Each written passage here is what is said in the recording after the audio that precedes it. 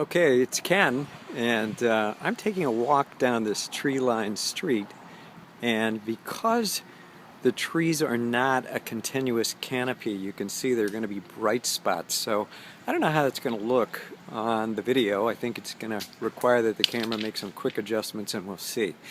In any case, I decided to point in the direction where I'm going instead of aiming at my face today, but it's a day when I've been thinking a little bit more about impatience and how the rest of my day went yesterday. In the afternoon, I finally decided that my impatience, like I think I mentioned on the video, had reached the point of me feeling a little ticked off, vexed. And I realized after I thought about it, after I'd already done the video, that my impatience was actually stemming from frustration that I wasn't able to accomplish something that I wanted, and partly it was due to my actually forgetting the sequence that I was engaged in when I first set up that YouTube channel.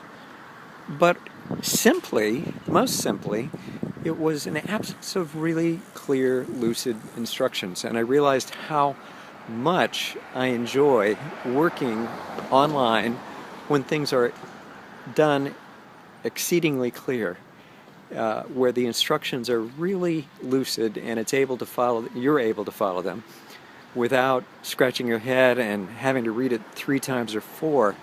And it's also a shame that that's a bit rare, that things are really, really clear. There are, of course, companies that do a tremendous job. I happen to think that Apple does a good job making things usually pretty clear, but actually they're running into a few difficulties with their Lion version of OS X, OS X, and it's because they've got a lot of complexity, and I think that's partly why they announced that they're coming up with yet a new version. Another version of Lion, Mountain Lion, coming up. But back to the point,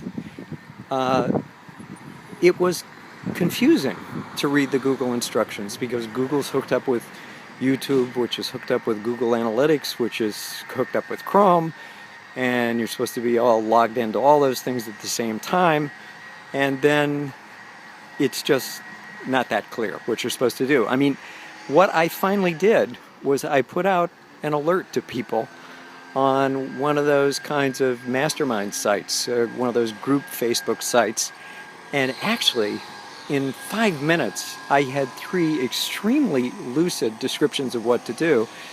And it was the first person who said, look, I'm not a tech person at all, but what about this and what about that? And that person reminded me that there was this whole separate password and so on. And I was able to recover that information, and then the instructions that the others gave on the site were very, very useful. So patience, life teaches us patience, that's for sure. And there's just no getting around that life's going to do that. Hi, how are you? Can I take a video of you? And so this is the way it goes, and it's good to learn patience, but I think it's good also to remain demanding in life, that things be done excellently, and to look for things that are done excellently, because if you settle for what is the base average, by definition your life is going to be mediocre. So that's why any large producer of anything from cow's milk to cheese to butter, and I'm mentioning foods, but now it could be products, clothing, things that are done either exceptionally well with great attention to detail, or and typically in smaller quantities, or done in great quantities. The greater the quantity of people being served, the more homogenized the product is going to be. So people think they like it, that they can count on going to this chain or that chain for a restaurant meal, but in fact it absolutely ensures that the taste has been diluted down to something that would be unobjectionable to masses of people And I remember I once knew somebody who said that they loved McDonald's, and you asked them why, and they said because the hamburgers are warm and squishy.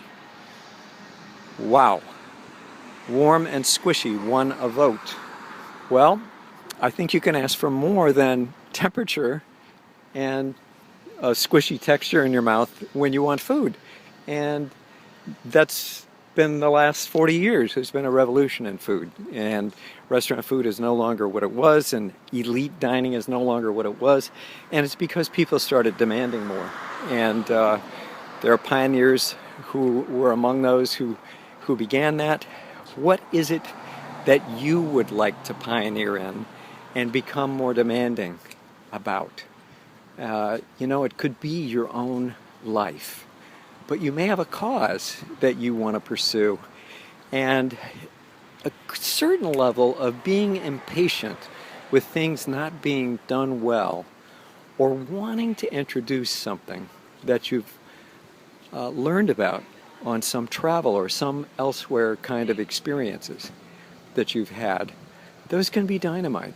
Those were what prompted Alice Waters, who was a school teacher, a Montessori teacher, to decide to open a cafe for friends when she'd spent a summer, I think, maybe a whole year, in the south of France. And that cafe became Chez Panisse, which pioneered a food revolution on the West Coast. And other people have done the same thing by simply being influenced and energized and having their interest piqued in doing something really well. So look for experiences in life that provide you really a moment worth cherishing rather than just another day. Don't fuel yourself. Feed yourself at many levels, and don't put out work that is aimed only at this niche or that, or is good enough, or is going to do the job. Aspire to more, and you become inspired. If you aspire to more, you become inspired. Get inspired by aspiring to more, and enjoy your life more, and you'll see things for you take off. And it's worth living a life that's got adventure, that's got excellence, and where you personally are producing the best you can do.